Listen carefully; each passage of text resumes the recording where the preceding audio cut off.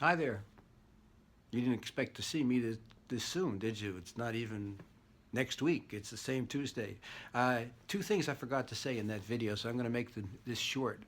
One very important thing was that I had a countertransference reaction, which means that I had certain feelings in reaction to Mrs. G. And after she stopped drinking for quite some time, she had a quote unquote slip. So she started to drink again, and what I did was I took the bottle and poured the rest of it out into the sink. And the next day, that night, I said, this was not a correct thing to do. You know, it's not my decision to control her drinking. If she wants to drink, it's really up to her. She has her own autonomy to make that decision. And maybe somebody else would disagree with that, but that's the way I felt about it. But I didn't act on it at that moment. But I went back to her the next day, and I said, you know, I'm really sorry. I should not have thrown your alcohol out. It's really your decision. If you wanted to drink, that's up to you. And she said to me, she said, you know, I wasn't concerned about the drinking. I thought I lost a friend.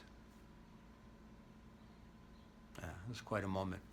So I wanted to mention that. It was an important moment because countertransference is such a important factor in the relationship between patient and therapist. And I've talked a lot about that. Did my dissertation on the absence of the focus on the therapist in terms of the incidence of erotic transference. So I did my dissertation on the incidence of countertransference in the social work practice. So it's always been my subject since I was, I don't know, little, I won't say little, but the relationship between the patient and the therapist with the emphasis on the responsibility of the therapist.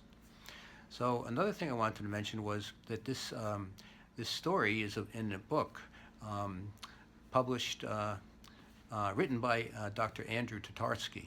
And so it's a chapter 2 in his book, Under Psychoanalytic Contributions. It's a wonderful book on harm reduction.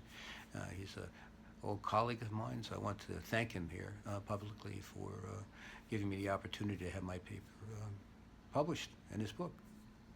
Okay, so without further ado, I think that's enough for now, and unless I come back in another minute and forgot something. All right, I'll see you next Tuesday. Bye. Thanks for listening. Therapy for the Heart YouTube channel, Mark Sehl. Boom. Bye-bye.